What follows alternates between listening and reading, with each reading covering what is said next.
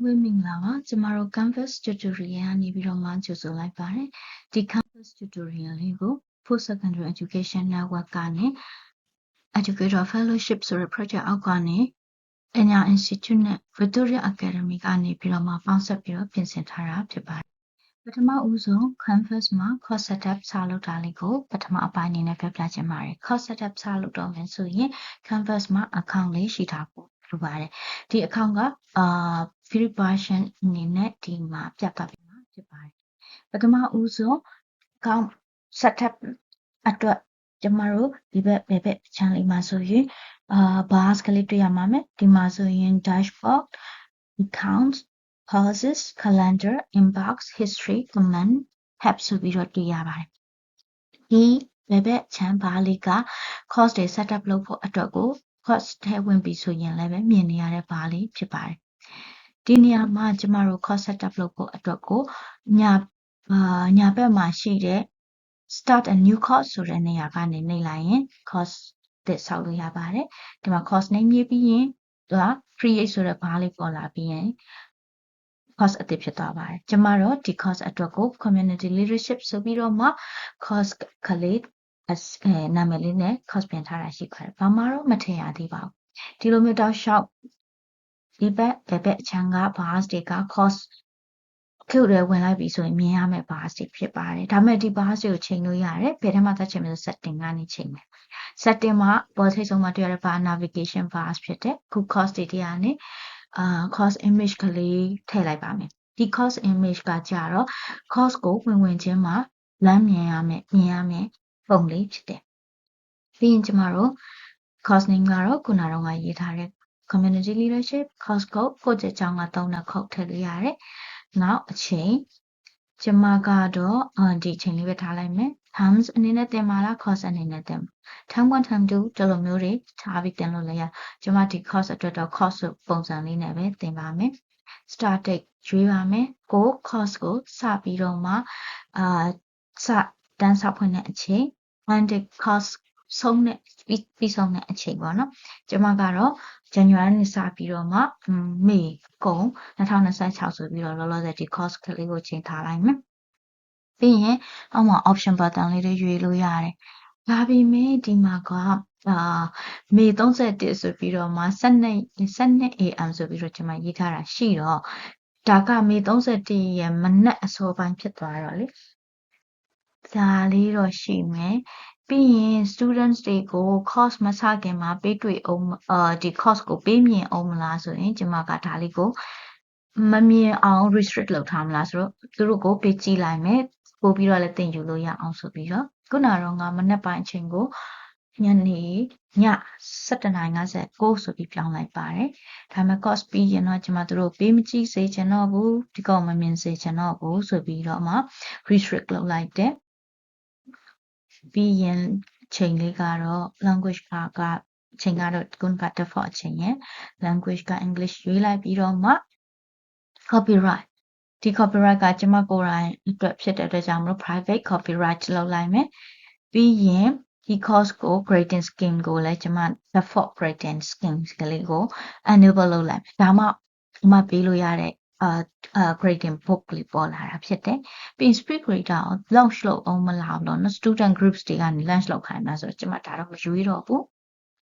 copyright ကတော့ private ပဲရွေးလိုက်ပြီးတော့မှဒီ files တွေကို publish လုပ်ခိုင်းနေဆိုရင်ကျမကို information တွေပေးရမယ်ဆိုပြီးတော့မှဒါလေးကို tick လုပ်လိုက်မယ် courses ကိုဘယ်လိုပုံစံမျိုးနဲ့ပြမှာလဲဒီမှာတော့ကျမတို့course အနေနဲ့ပဲပြမယ်ပြီးရင်ဘယ် online တင်မှာလား on campus တင်မှာကျမတို့ online အနေနဲ့ရွေးလိုက်တယ် assessment တွေလုပ်ဖို့အတွက် mastery path ဆိုတဲ့ pathway လေးလည်းကျမထားတယ်ပြီးတော့ဒီ course မှာ fees ရှိမလားဆိုမရှိဘူးterm 1 term 2 winter break ကြား break မရှိဘူး description ရေးလိုက် students တွေကိုသူ့အနေနဲ့သူ enroll လုပ်လို့ရတယ် URL link ရပြီးတော့ဝင်လာလို့ရတယ်လို့ join discourse ဆိုပြီးတော့ link ကနေဝင်လို့ရတယ်ပြီးရင် home page ကနေပြီးတော့မှannouncement ကလေးတွေ3ခုထားမယ် student discussion သူတို့ခွင့်ပြုလိုက်မယ်နော်ပြီးတော့သူတို့ရဲ့ discussion ကိုလည်းပဲ delete လုပ်ခွင့်ပေးလိုက်မယ်ဒါကတော့ features only ပါနဲ့ comment တွေတို့ create group create လုပ်တာတော့ features တွေပဲမြင်ပဲလုပ်လို့ရအောင်ဆိုပြီးတော့မှထားလိုက်မယ်ဒါပြီးရင်တော့ update cost ဆိုပြီးနှိပ်ထလိုက်ဒါကတော့အပြင်ပိုင်း cost မှာတွေ့ရှိရမယ်တကယ် setup champion frame ဖြစ်တယ်ပြီးရင်ဒီဘက်မှာ section ရှိတယ် section လေးတွေခွဲလို့ရတယ် plus button လေးကိုနှိပ်ပြီးတော့မှ section section align ဆိုပြီးခွဲလို့ကျွန်မဒီမှာတော့ section မခွဲတော့ဘူးကြားထဲမှာလည်း break တွေပါတယ်မထားတော့ဘူးဆိုတော့ဒါကတော့ navigation bar ဒီဘက်ကဒီဘက်ဘယ်ဘက်ချမ်းအပြာရောင်လေးနဲ့ home တို့ announcement တို့ဒီလိုမျိုးပေါ်စေခြင်းနဲ့အစင်လိုက်လေးဘယ်လိုပေါ်စေခြင်းလဲဆိုတော့ပါဖြစ်တယ်ဒီမှာတော့ application တွေပေါ့နော် canvas မှာသုံးလို့ရတဲ့ applications တွေနဲ့သူတို့ check ထားတဲ့ application တွေကိုကနေပြီးတော့မှpost လုပ်မလားတို့ download ဆွဲပြီးတော့မှဒီမှာတွဲပြီးသုံးလို့ရတဲ့ application တွေဖြစ်တယ်ကျွန်မတော့ဒီမှာဒီတိုင်းလေးပဲပြလိုက်မယ်ဒါကတော့ feature option ပေါ့ဒီမှာတော့ကျွန်မ outcome result to campus reporting ကို enable လုပ်ထားတယ်လို့ mastery gradebook ကိုလည်း enable လုပ်ထားတယ်ဒါပြီးရင်ဒါကတော့ integrating လုပ်ပြီးတော့မှသုံးလို့ရဖြစ်တယ်လောလောဆယ်တော့ကျွန်မဘာမှ integrate လုပ်ပြီးမသုံးတော့ free version မှာဖြစ်တယ်ဆိုတော့ home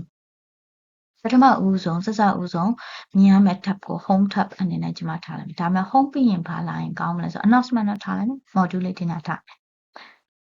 ပြီးရင် save as ကိုထည့်မယ် module ကိုအရင်ပြလိုက်ရင်ပြီးမှ save as ထည့်ရင်ကောင်းတယ်ဆိုတော့ syllabus ကိုအရင်ပြလိုက်ပြီးတဲ့အခါကျရင် quizzes ကို discussion board အောက်ကိုသွားမယ် assignment ပေးမယ် discussion လုပ်ခိုင်းမယ် quizzes ဖြေခိုင်းမယ်ဒီလိုမျိုးလေးစဉ်းစားထားတယ်ဒါလေးတွေကိုရွှေ့တဲ့အခါမှာဆိုရင်တစ်ခုကိုနှိပ်ပြီးတော့မှဖိပြီးတော့မှအပေါ်အောင်ရွှေ့လို့ရတယ်ကျန်တာတွေကိုတော့ကျမဒီတိုင်းလေးပဲထားလိုက်မယ် rubric ကိုလည်းဒီတိုင်းလေးပဲထားပြီးတော့မှ attendance ကျမ students တွေရောက်ဝင်လာတဲ့ attendance ကိုလည်းကြည့်လို့ရတယ်ဒါ rubric အောက်ကျမထားလိုက်မယ်ညာဘက်မှာရှိတဲ့စက္ကလေး30ကိုနှိပ်ပြီးတော့လည်းရွှေ့လို့ရတယ်။သူတို့ disable ရ move ရဆိုပြီးတော့မှပေါ်တာလေးလေ။ပြီးပြီးတော့လည်းရွှေ့လို့ရ။ကိုကမမြင်စေချင်ဘူး။ဒါလေးကိုအလုံးမလုံးစေချင်ဘူး။ဆိုရင် disable လေးနှိပ်လို့ရတယ်။ဒီဘက်မှာလည်းပဲdisable လုပ်ထားလို့ရတယ်။ကျမတော့ဒါလေးကို disable မလုပ်တော့ဘူး။ဒီတိုင်းလေးပဲရှိတဲ့ဥစ္စာလေး။ blue button blue button ကတော့ဒီတိုင်းလေးပဲ conference အနေနဲ့ canvas ထဲမှာ zoom meeting ကိုမျိုးအသုံးပြုရတာမျိုးဖြစ်တယ်ဒီ conference ကzoom အတွက်တည်တံ့သွားယူစရာမလိုဘဲနဲ့ canvas အထဲကနေပြီးတော့မှအချိန်တွေ set လုပ်ပြီးတော့သုံးရဖြစ်တယ်နောက်လာဆိုကျမတို့course setup ကလေးချန်ပြင်ရပြီ section တွေလည်းမလုပ်တော့ဘူးပြီးတော့ဒီမှာ navigation bars တို့အကုန်လုံးရှင်းပြပြီးဖြစ်တဲ့အတွက်ကြောင့်မို့ဒါလေး update လုပ်လိုက်မယ်ဒါကတော့ course အကျဉ်းလေးပြီးသွားတာဖြစ်တယ်ဒီလိုမျိုးcourse ပြီးသွားတဲ့အခါကျတော့ဒါပထမပိုင်း course setup ကိုဘယ်လိုစလုပ်ရမလဲ framework ကလေးဘယ်လိုပြင်ဆင်ရမလဲဆိုတာဖြစ်တယ်ကျမတို့နောက်ဒုတိယပိုင်းကျရင်တွေ့ပါမယ်အားလုံးကိုကျေးဇူးတင်ပါတယ်